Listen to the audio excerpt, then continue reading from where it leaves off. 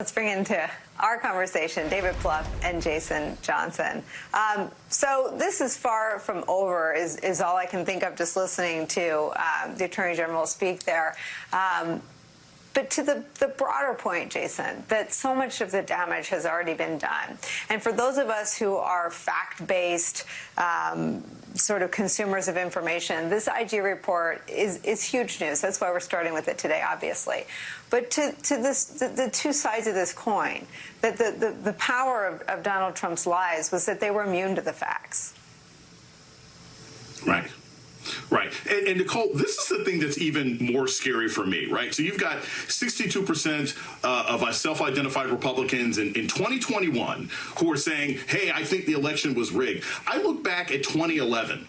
And you had 45% of Republicans in 2011 who thought Barack Obama was born in Kenya.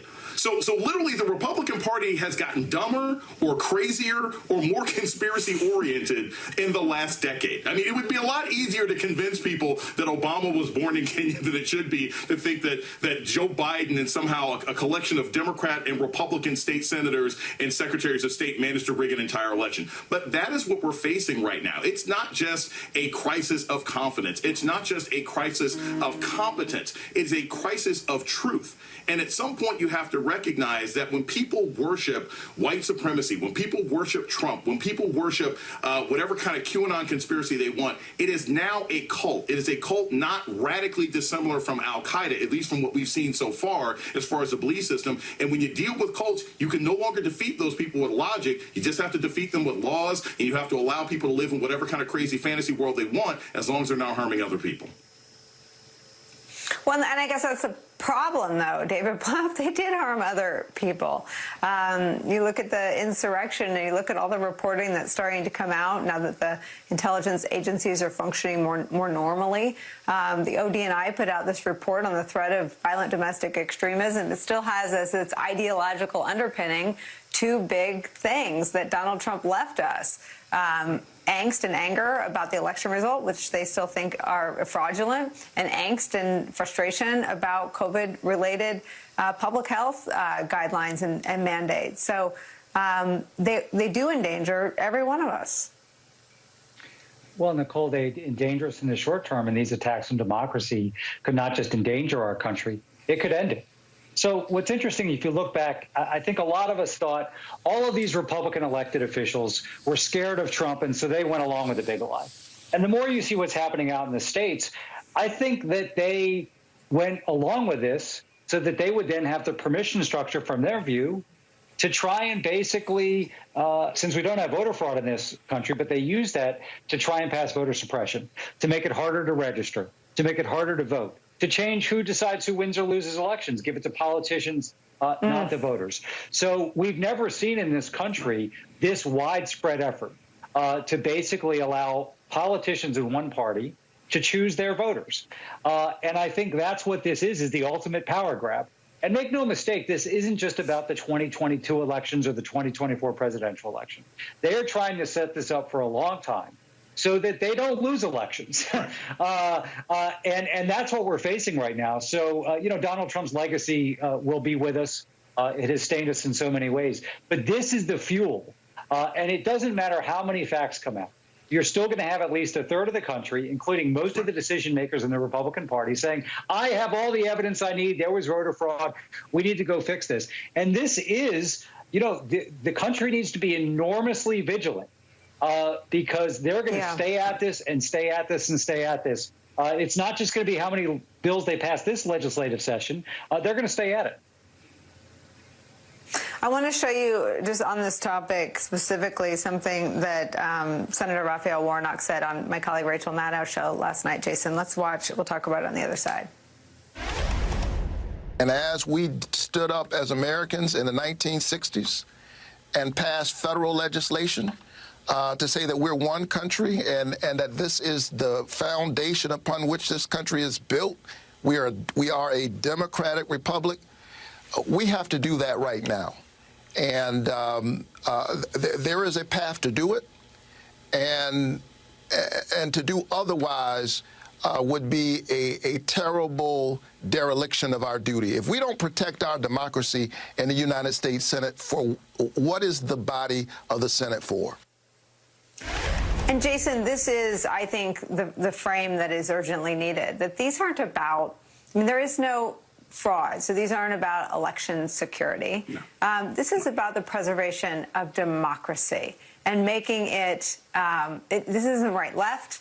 This isn't about who, as David Bluff is saying, it's not about who won in 2020 or who wins in 2022. This is about what kind of country do you want to live in? Yeah, and Nicole, and I think the historic context is important here. We've really only had free elections in this country for about 50 years anyway.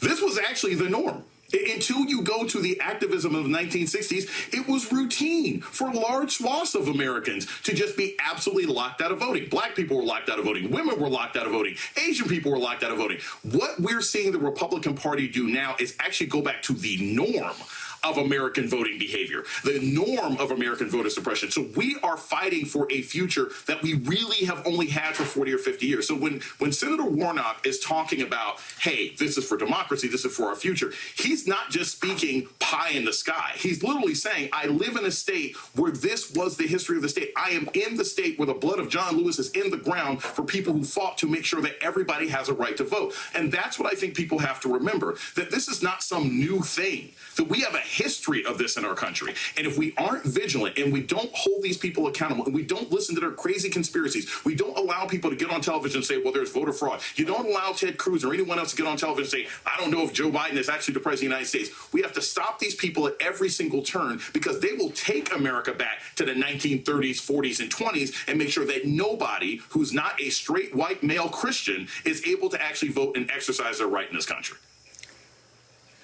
Well, and I think that's the framework and sort of the pendulum around the messaging. But I think what Senator Warnock is also speaking to is the stakes for the filibuster and not allowing Mitch McConnell, who's now the minority leader, determine the rules of engagement. Let me just sort of end this on the one hope. The Brennan Center has done some analysis and says that each of the restricting voting bills pending in the states that concludes that For the People Act would thwart virtually every one of them. So there's 22 to 24 states looking at voter suppression laws disguised as election security laws, even though there is no election fraud on a widespread systematic nature in this country. But the Brennan Center has found that the For the People Act, which passed the United States House of Representatives in early March, is a transformative bill that would expand voting rights and strengthen our democracy. David Plouffe, where do you come down on sort of the stakes of getting the For the People Act through the Senate? Well, if the For the People Act doesn't pass, we might as well all go home. Let's just surrender the country. Wow. That's what's at stake here. And I think Senator Warnock maybe would be the best national spokesperson for this. So listen, we're eventually going to escape the pandemic. The economy's eventually going to recover. We'll even solve questions like immigration. But if we allow voter suppression to become normalized in connection with white supremacy, forget about it. So this has to pass. We had to win the battle against the Axis in World War II. We had to eventually have civil rights in this country. This is one of the most important moments the country's ever faced. And so whether it is full reform of the filibuster, you get rid of it, you reform it, whatever it takes, this has to pass. And what's clear is it's down to 2 or 3 Democratic senators are going to have to decide, are they going to stand in the way of the protection of this democracy? They will.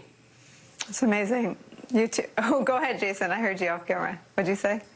I just have to say, look, every single senator, and I say this in kindness as a political scientist, they're divas. If this comes down to Joe Manchin, he will not miss his moment in history. There will be nothing greater to suit both his ego and his legacy for him to be the one final vote that allows this act to be passed, because his name will be attached to this vote and this law and John Lewis for history.